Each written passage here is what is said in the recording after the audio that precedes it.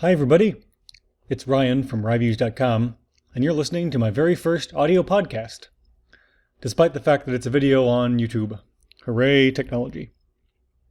At any rate, I want to start doing these podcasts where I'll be discussing various video game related topics, and perhaps sometimes tread into the murky area of non-video game topics. Ooh. But for the first one, in honor of the Master Chief Collection, since it's coming out tomorrow, I thought I'd discuss my impressions of the Halo series and how I went from hating it with a very fierce passion to it being one of my favorite series. I started playing Halo fairly early, back in the Halo 2 days. Sometimes I would play with some friends and I'd play multiplayer, and it'd be, kind of just, with some people who all owned the game and they were all pretty good at it and I had never played it before. And I was terrible, obviously, because I'd never played it before. And so I mostly just got really frustrated. It was horrible. I did not like it. I didn't understand it particularly well.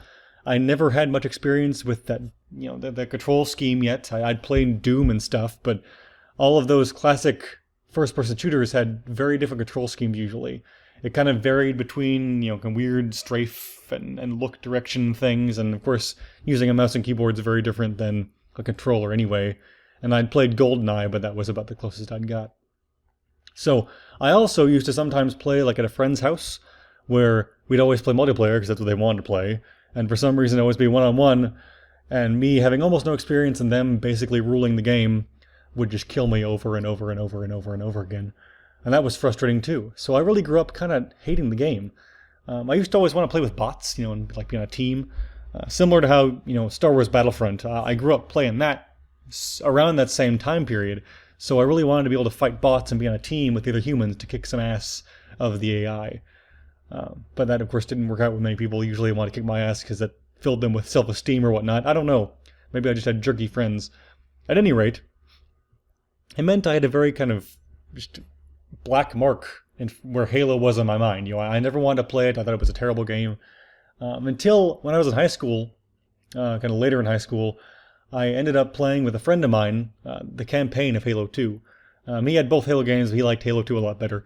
And we played it out of order, and I don't think he liked the Arbiter levels very much, so we mostly played the Master Chief levels. So I had no idea of what the story was, but I knew I enjoyed it a lot more blasting space aliens with a friend, rather than getting killed by a friend. And so that was kind of the first time I realized, hey, this might not be such a terrible game. So I got the first one on PC. And I played through that by myself, and at the time, I was not very good at video gaming, and I got lost over and over and over again, especially in the 343 Guilty Spark level, where, I don't know, for those of you who are unfamiliar, you basically go inside this building, find some aliens, and then go out the building. And because I used to play parts of a level and drop it, I would play for small periods of time, I never had much continuity. So at some point, I played the first half of that level, went inside, no problem, and trying to leave, I didn't know the arrows were pointing the other way, because I didn't realize I was leaving the same place I came into.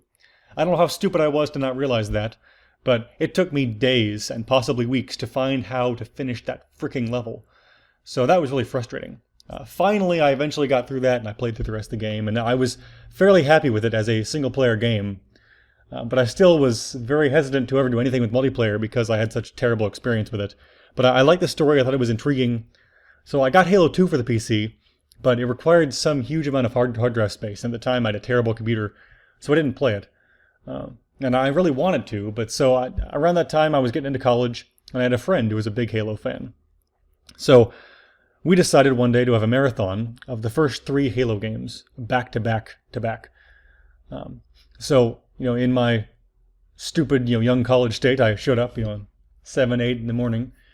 We played through 1, which took about 6 hours or so, then played through 2, and we were playing through on heroic, so I was doing terribly, he was kind of carrying us. Played through on heroic, so the first game took, 6, 7 hours, whatever it takes, 5 hours maybe. And then we started playing Halo 2, broke for dinner at some point. That stupid Halo 2 campaign took us hours and hours and hours and hours. So by the end of Halo 2, because we had those levels that were on high charity and whatnot, where you're fighting horrible brutes that are impossible to kill, and you're fighting Flood that never seem to die, I was extremely angry at the game, throwing shit and yelling all sorts of stuff. because I was just completely angry. I was dying so much. And so by the time we got to Halo 3, I was in no fit state to do anything other than fall over and go to sleep.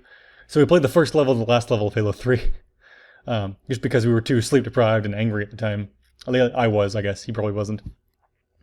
So at the time, I didn't finish Halo 3, but I realized in that playthrough that these are really cool games. And that's the first time I ever was exposed to the full story of Halo 2, and it was just phenomenal. I was blown away at how much I wanted to play Halo 3 to see how it turned out, even though I already kind of knew the very end. So eventually I did play through 1, 2, and 3, and I was very happy. And then so the first Halo game that I bought for an actual Xbox was Halo Reach. And when I got Reach, it was Christmas time, and I hadn't played the campaign yet, but I wanted to see what multiplayer was like. So I hopped on, and I actually really enjoyed it. Especially with teams. I wasn't a big fan of the Rumble Pit, which is, the free-for-all, but still, I was pretty happy on the team. So I started playing it a bit, and I got really, really, really into the Reach multiplayer. That's when I started becoming a big, kind of, fairly insane Halo fan, I must say. I started watching a bunch of videos online. That was the first time I got introduced to Achievement Hunter, because I was watching Achievement Horse and Fails of the Week, which both started in Halo Reach.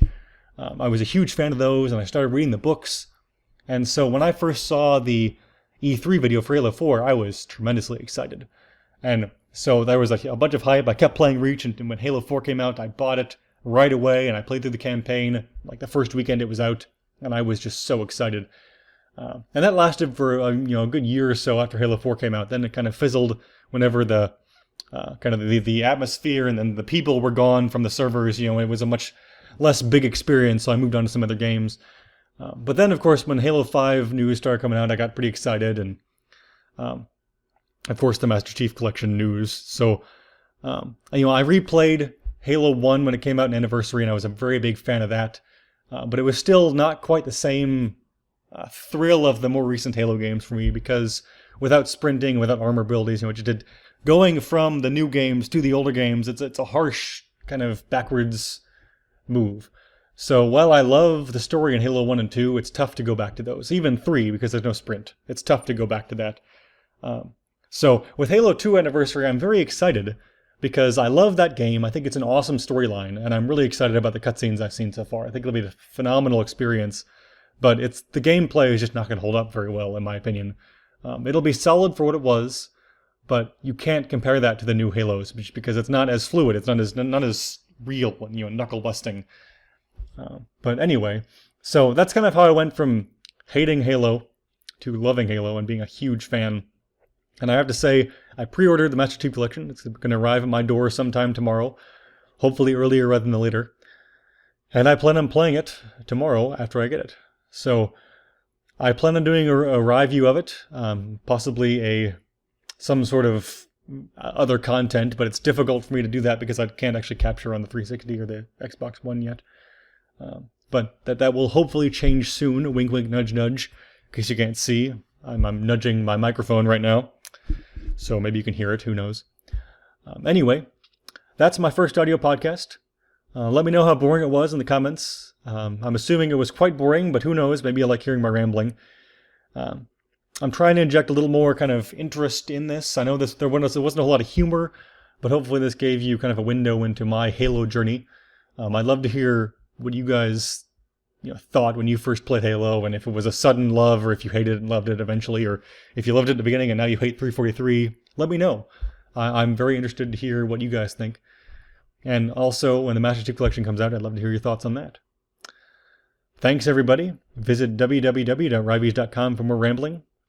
And don't forget to subscribe. Until next time.